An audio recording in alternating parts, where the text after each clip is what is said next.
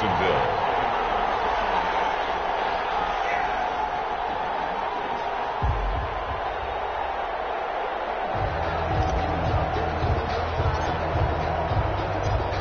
Vikings have to like their position. They've got the lead. They get this football as well as we are back and underway for the second half. Taken about 7 yards deep. And that decision to bring it out ends up not being a good one. Costs him about 5 yards as he's tackled at the 20. First and 10 at their own 20-yard line. Here are the Vikings now to start their next drive. They had a big first half. Now they have a chance to add to that lead here in the opening possession of the second half. And everyone always asks about halftime adjustments, kind of the key phrase. What did you do at halftime? Well, the way they ran offense in the first half, I think they were very calm, congratulatory, but also what they were saying is don't expect them to be the same on defense. They'll be the ones making the adjustments. Let's see what they do, and we'll attack accordingly. And we'll see how they attack here. After the incompletion, here's 2nd and 10 from the 20.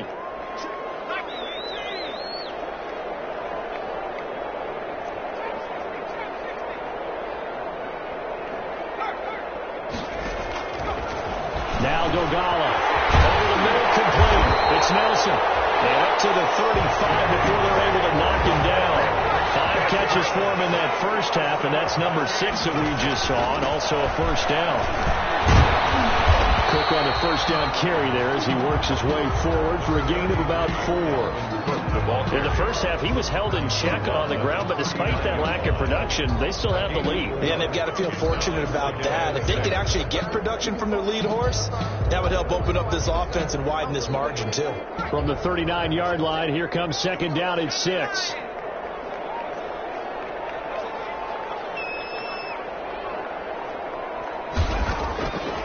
Throwing is Dogala. He's got a first down and then some at midfield. And gets it across the 50 and down to the 48. A gain of 13. It's a first down. First and 10 at the 48-yard line. Now on first down, he'll drop to throw it. And his pass is intercepted for the 4th time today. Picked up by the rookie from Florida, C.J. Henderson. Pretty much everything went their way offensively in the first half, but now an interception on the opening drive of the 3rd quarter. As we know, the key to everything here, don't get careless with the football. The problem is you've got to stay aggressive as well. So where's the line between being aggressive and attacking and being overly aggressive? I think they just crossed it on that one. Minshew going to lead up the Jaguars 1st and 10 at their own 26. And he'll drop here to throw. They'll set up the screen for Freeman. And he will lose yardage here back at the 23-yard line. But despite the completion, they're going to wind up losing 3 there. 2nd down. The loss of 3 on that first down pass play. Now 2nd and 13.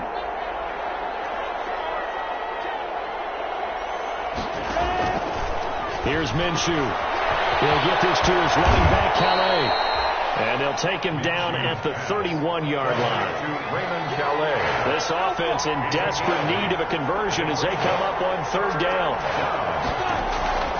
Looking to throw it. Minshew. Minshew going to be intercepted for the 3rd time. The rookie Jeff Gladney picks it. Boy, so another interception, CD, and it feels like he's starting to unravel a little bit. And as you would expect, still a work in progress here in his 2nd season.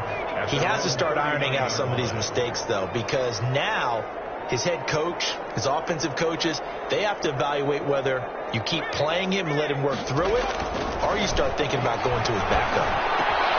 They throw right away, and that's complete out on the right side. 5 yards on the catch there, brings up 2nd down. It's a gain of 2nd and 5 after the 5-yard completion on first down. At the 44-yard line. Handoff comes to Cook. And he's going to take this one up only to about the 44-yard line. They follow up the gain of 5 by only getting 1 there on 2nd down. A gain of a yard on the play brings up 3rd and 4. He'll look to throw here.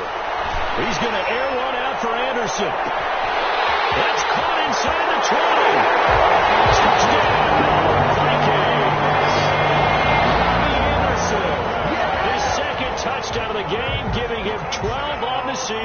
And the Vikings are going to add on to their lead. And that'll increase their lead to 28. Makes the score Vikings 42. Jaguars 14. Set now to kick this one away, and off it goes. This will be fielded inside the 5. And they will wrangle it down a couple yards shy of the 30. First and 10 at their own 28-yard line.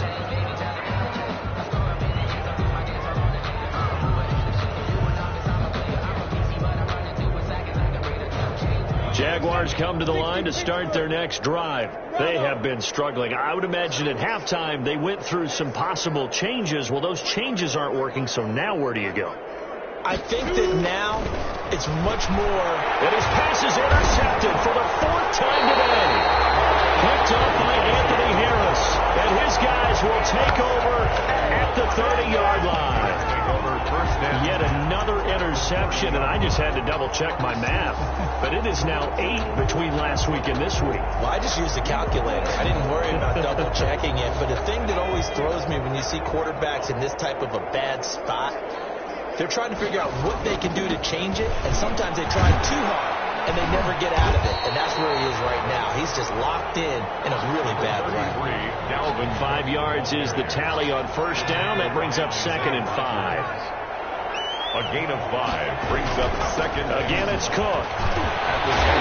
They'll get this down to the 10.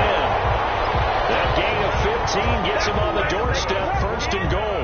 And it's pretty evident when you watch how Minnesota plays, just how important Dalvin Cook is to their offense. 1,000-yard rusher a year before, the first one the Vikings had since Adrian Peterson was dominating their carries. And having Cook in the lineup for the bulk of the season, that made Minnesota exactly what their head coach Mike Zimmer wanted them to be. A much more physical team that complemented their defense. Here's 2nd and goal, operating from the 8-yard line. A 10th carry in the game for Cook. And he'll take this from the 9 down to about the 7. Cook on the carry. Partner, I know we're in a goal-to-go situation, but my goodness, think about running the ball here. Not even a thought, is it? Defensively, they're in a prime spot. And I think the defensive guys are probably expressing themselves to them as well. I wouldn't run it here, guys. You might want to try throwing it. You know what? I know it's 4th down and they've got a big lead, but go for it. Yeah, and why not, right? Because they have the big lead. But don't you have to have a little bit of admiration for these guys on the defensive side of the ball? They've been shoved around this entire game, and they're making a nice goal line stand here. It would be fun to see them stop them on 4th down, wouldn't it? Yeah, it's like putting whipped cream on broccoli at this point. So what you're saying is they're going to go for 4th down. They're going to get it, aren't they? I would. They had the play call on 4th and goal, but it's dropped in the end zone.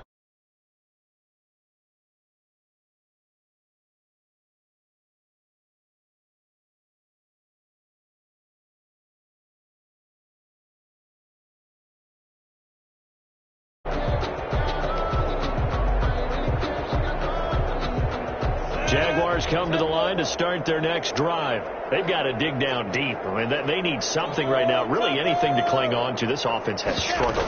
Partner, join me in a walk to their locker room at the half, okay? Because I think what we would have seen is an offensive coordinator and his assistant coaches getting together with all their positions, then coming together as a group, going over adjustments, and then the head coach coming in and just screaming, wake up. Yeah. Let's get moving, guys. I'm kind of glad we weren't in there at that time, actually. I mean, you think you might have turned it on us, too? Yeah, but right now, whatever was said hasn't been working. Ball up to the 35 now as they come up on 1st and 10.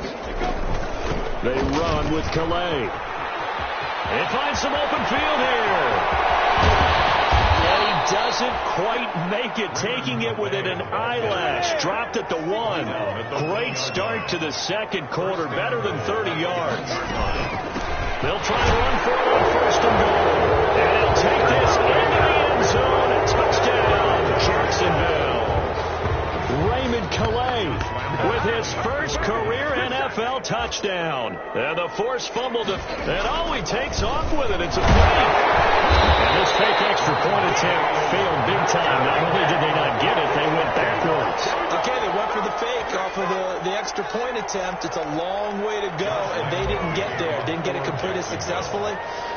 Did someone dare them to do that? Did someone double dog dare them? I was going to ask you, maybe they saw something on film, but do you see something on film opposed to try something from the 15 on the PAT? The only thing they needed to see on film there was a snap, a hold, and someone kicking the ball through the post.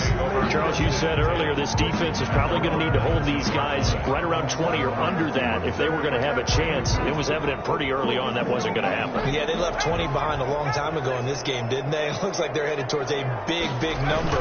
But 20 was the threshold because that kept them in the ball game and kept the pressure off of their own offense.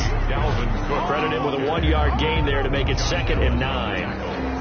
Run blitz there defensively, something we might see more of here in the fourth quarter. I think we'll see a lot of it, and the difference between that and a pass blitz, you're just trying to get to the quarterback. You're trying to scheme someone open who will get to the QB and make sure he gets on the ground. In a run blitz, you're actually trying to cover up gaps, trying to cover up holes so they can't run the football. Brings up 3rd and 7. 3rd down, Dalvin Cook. Now, he is not going to get the first down as he'll spot this at about the 28. It's a gain of 5, but it'll lead to a 4th down. That's a really nice job by them picking up the run blitz and detecting it and blocking it and turning it into a nice run. And a lot of times you think if you blitz a running play, you're going to smother it.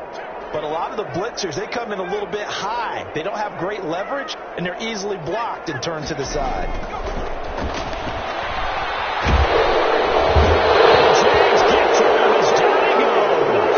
Josh Allen, and boy, possession here turns over with the football already being in the red zone.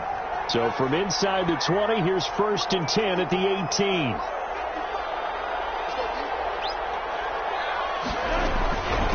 They'll run, Calais.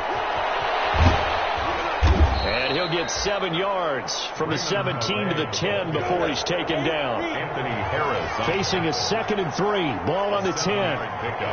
Brings up 2nd and 3 at the 10-yard line. Now Minshew. That's incomplete. Nearly another pick. My goodness. Chris Conley. The Jaguars on 3rd down. Lacking much success. Just 2 for 7 to this point. Here it's 3rd and 3. To go. Hands it off out of the gun. And he's able to pick up the first before he's brought down inside the 5 at the 4. It's a gain of 6 as they're able to convert, and now it's 1st and goal. They'll try and run for it on 1st and goal. And he'll take this one in for a Jags touchdown. Raymond Calais with now 2 fourth-quarter touchdowns. And the Jaguars make some inroads here on that deficit. So the Jags will keep the offense out there as they'll decide to go for 2. Minshew sets to throw. And this one incomplete. So they went for the 2. They don't get it. I don't know about you, but I can't wait for a few years of 2-point tries and see what the data tells us. Because a lot of teams want to throw the ball in this situation. This time, unsuccessfully. I just wonder if maybe running the ball might be the way to go. With it moved up from the 3 to the 2, you would think maybe a few more attempts at running. I think stats over time may bear out that running the ball will at least be the equal of throwing it in that situation. The Minnesota offense about ready to get this next drive underway. Well, there are 2 scores on the plus side. Still time here in this fourth quarter, but maybe you start thinking about playing keep away? Yeah, I think here's the situation. You're not thinking touchdowns anymore. You're just thinking first downs. To keep up with your theme there, playing keep away, first downs, they can't touch the ball. They run it again with Cook. It's a loss of 7. And now it's 3rd down. The Vikings on 3rd down. They've hit 4 of 7. This will be 3rd and a mile. Another tote for the workhorse this afternoon. It's Cook. Disaster there, resulting in a loss of 7 on 3rd down. Well, it wasn't so much that it looked like the offense was threatening. They were. I mean, they had great field position, but how about the defense on that one? Huge stop on 3rd down. It wasn't just a stop. Look at the loss of yardage, and it changes the play calling and the thought process for the offense now. Big-time play for the D, and now they have the advantage. On play action, they'll throw. And he gets gets this one just shy of the 35 to the 34. A gain of right around 30 on a play that began way back inside the 5. First and 10 at the 34-yard line. So the Vikings in possession of the football as we get you reset. And no doubt what they're looking to do is just salt away the final couple of minutes and escape with a win. And he'll get this one up to about the 39 here. He's brought down at the... Call it a gain of 4 on first, and that'll make it second down. Second and 6. They'll keep it on the ground. It's Cook. The Jaguars going to go ahead and use their first timeout as they'll talk it over here before what will be an important third down. Third and 4. They'll try and run some clock here as they keep it on the ground. And he won't be close to a first down as he runs into a wall right around the line of scrimmage. Anderson on the tackle. No gain on the play. And with things looking pretty good on the scoreboard, they're going to keep the offense out there and go for it here on fourth.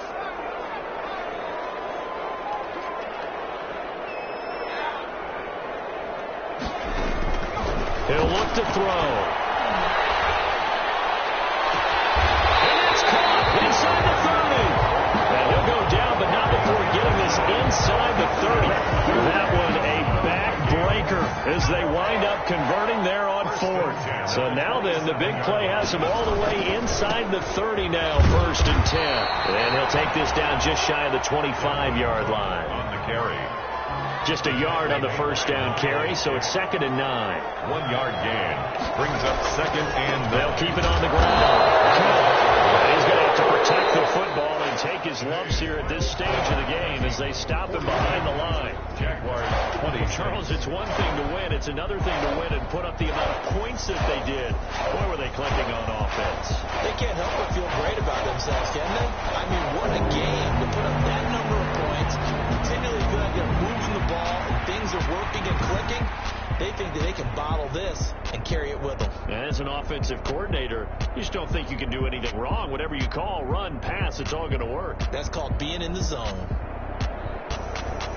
So for the Vikings, they pick up win number 7 on the year. And they will hit the road next week to take on the Tampa Bay Buccaneers. Meanwhile, for the Jaguars, not much more to say. They dropped to 1-11. And they'll be at home next week for a date with the Tennessee Titans.